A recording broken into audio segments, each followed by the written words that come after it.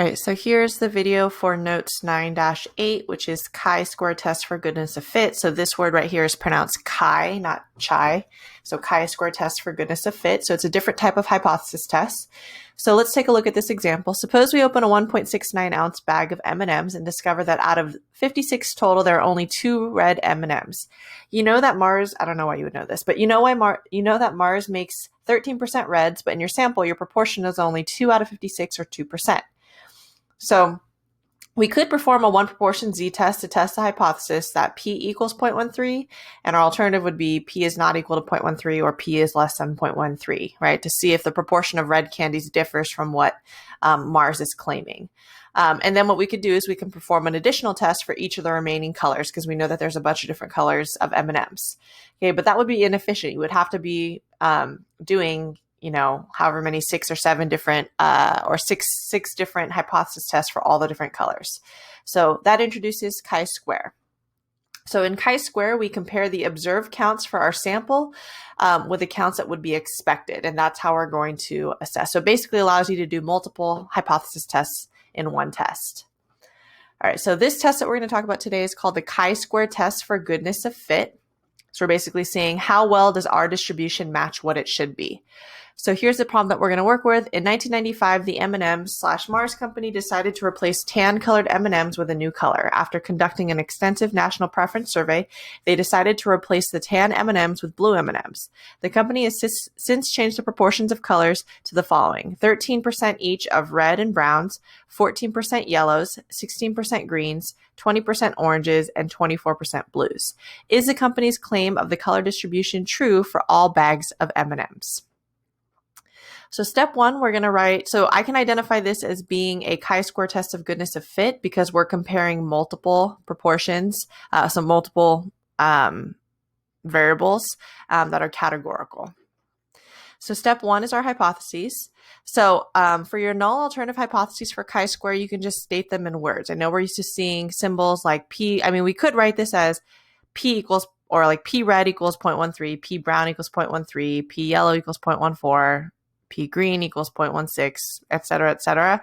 But what the easier way to write it is we can say the company's claim for the color distribution of M&Ms is consistent for all bags, meaning all bags have these distributions. And our alternative hypothesis would just be the opposite. The company's claims of the color distribution for M&Ms is not consistent for all bags, meaning maybe the bag that you got or that anyone else buys is going to be different from the proportions that they're claiming. All right, step 2, we're going to calculate our expected counts. So for this particular example, I had you guys bring in M&Ms, but since this is a video and, I'm just going to give you an example. So we'll say that we got 10 red M&Ms, 6 brown M&Ms. We'll say we got 15 yellow, 12 green, 8 orange, and 9 blue for a total of 60 M&Ms. So if we were to add these all together, that's our sample size, n equals 60. So to calculate the expected count, we're basically going to take our sample size, which is 60, and multiply it by the percentages they're supposed to be. Okay, so for instance, if we had 60 M&Ms and it was supposed to be 13% reds, we would do 60 times 0.13, and that would give me this expected count. So what's nice is you can actually do these calculations in GeoGebra. So what I've done is I've put my expected counts here, and then what we can do, let me just shrink this down a little bit so you can see both screens. You can kind of use GeoGebra kind of the same way that you use Excel. So you can use formulas. So let me write out what we're going to do here. We're going to do 60 times 0.13. And then for this one, we're going to do 60 times, and brown is supposed to be 0.13 as well. Yellow is supposed to be 0.14, so 60 times 0.14. Green is supposed to be 0.16.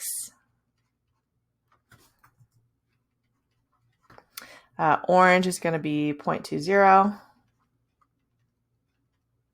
And then blue is supposed to be 0.24. Okay, so to do this, we can just put this in our calculator or use this form. So I'm just going to type in 60 times 0.13. And it'll give me the expected count there. And then this is going to be the same thing. You have to type in equal 60 times 0.13 This next one's going to be 60 times 0.14. It's going to be 60 times 0.16. You do need to make sure you put the equal sign. I keep forgetting to do that. And then this is going to be 60 times 0.20. And then this last one is going to be 60 times 0.24. Basically, we're saying if we had a bag of 60 M&Ms, there should be 7.8 of them should be red, 7.8 of them should be brown, 8.4 of them should be yellow, 9.6 of them should be green, 12 of them should be orange, and 14.4 should be blue. So if the proportions matched what Mars said, those should be the proportions, or those should be the amounts, I guess, of each color. All right, so step 3, we're now going to check our conditions. So the conditions, 2 of the conditions are kind of the same. The independent and the random condition are the same. So big N in this case, our sample is M&Ms. So this is going to be all M&Ms. Is greater than or equal to 10. And remember, our sample size in this case was 60, which is 600. That is definitely reasonable to assume that there's more than 600 M&Ms.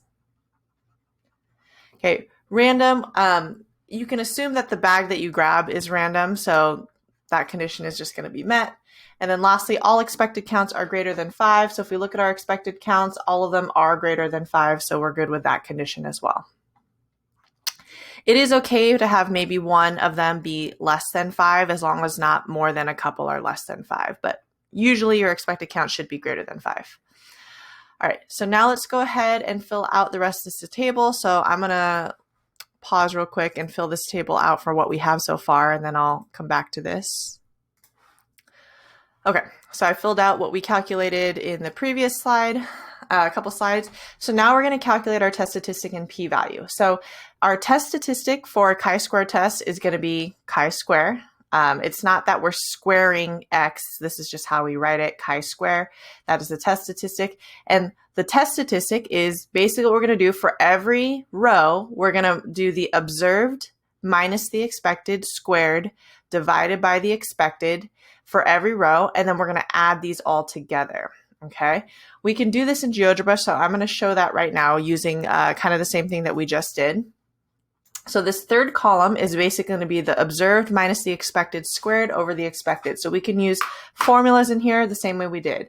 So you're going to write equals. So I'm going to do the observed, and you don't even have to, actually I'm going to put in parentheses. You don't even have to write 10. You can just click on it, and I'll show you why that's more efficient. Minus the expected squared, and then divided by the expected, which is this row. Okay, and then if we hit equals, it calculates that. So that's observed. So it did 10 minus 7.8 squared divided by 7.8. And just to show you that that actually did it correct, let me pull out my Desmos calculator.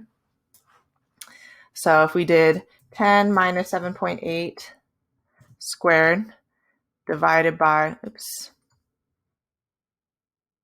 divided by 7.8, we get 0.62 is what's here. Okay, so what's nice about just selecting the things is you can actually just take this and drag it down, and it's going to be do that for every single row. So this one, if we look, it did A1 or A2 minus B2 squared over B2. And then this one does the same thing for A3.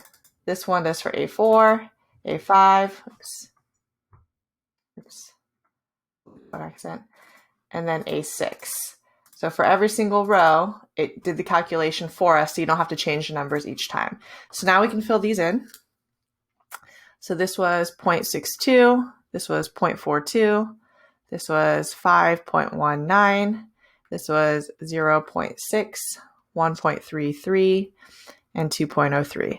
Basically what we're doing is we're comparing what we got versus what we should have gotten. And that's what this is quantifying. What we got versus what we should have gotten, and that is what is quantifying.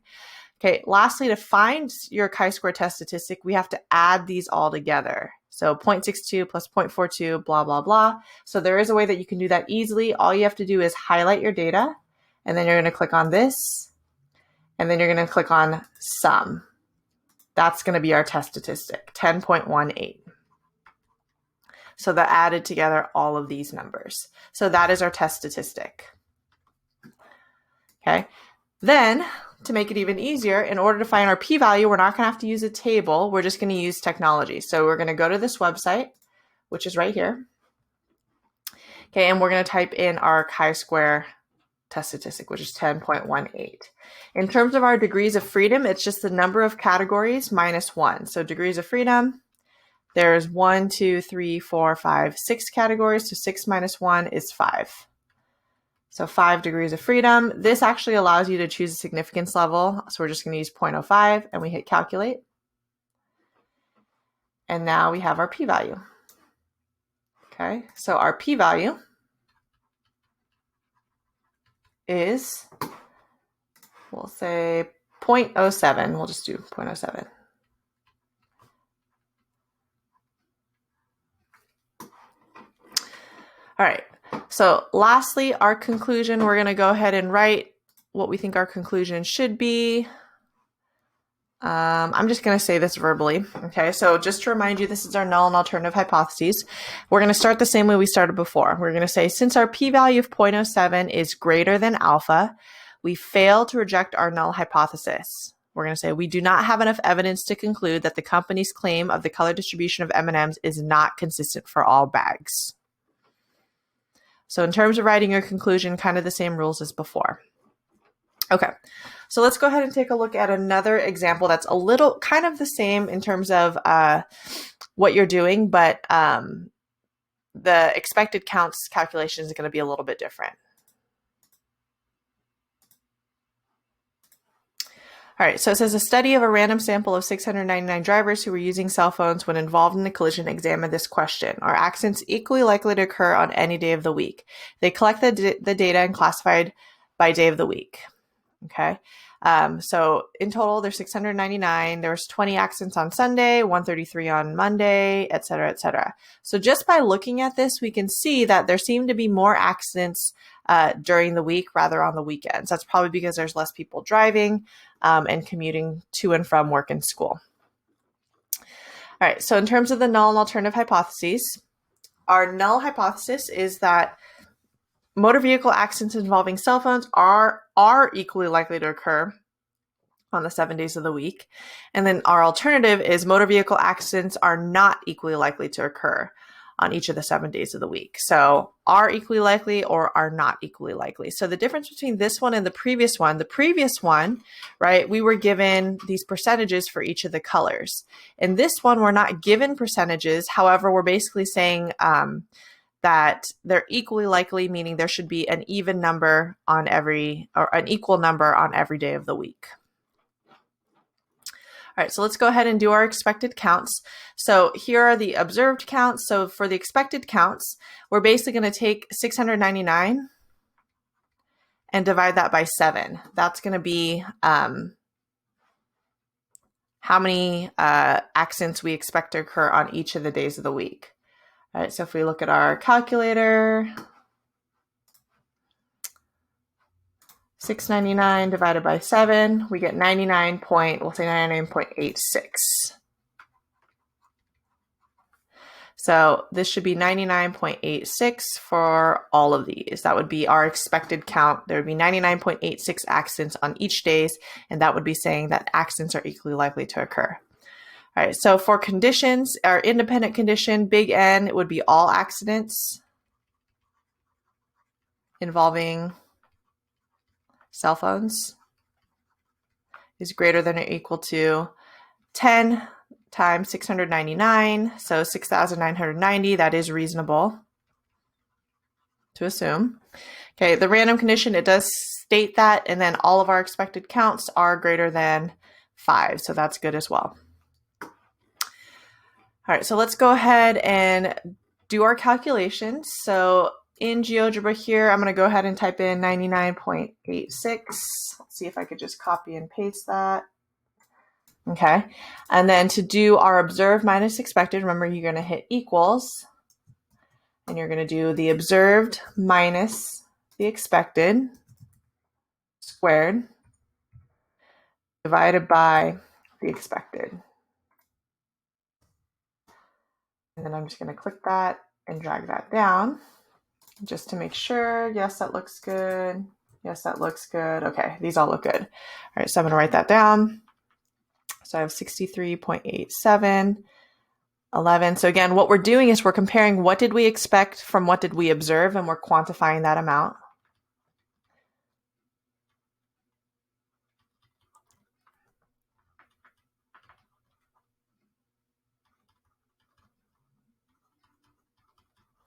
Okay, and now to calculate our chi-square test statistic, we need to take the sum of these. So to do that, I'm going to highlight things that I want to add up, hit this, and hit sum. So there's my chi-square test statistic. That's going to be 208.84, which is pretty large. And now to find my p-value, well, first of all, degrees of freedom, there's 7 days of the week, so 7 minus 1 is 6. And my chi-square test statistic is 208.84. So I'm going to go ahead and put that into my calculator here. So chi-square is 208.84, and my degrees of freedom in this case is going to be 6. So again, I'll use 0.05.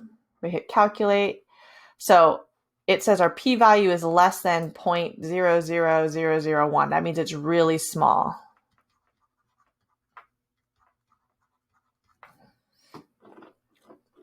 All right, so in conclusion, again, I'm just going to state this in words. I'm going to say since our p-value is less than 0.00001, it is less than alpha, we reject our null hypothesis. We conclude, I'm going to go back to our alternative, we conclude that motor vehicle accidents involving cell phone use are not equally likely to occur on each of the 7 days of the week, which, based off our initial analysis of our data, was true. This is just making sure that it's statistically significant.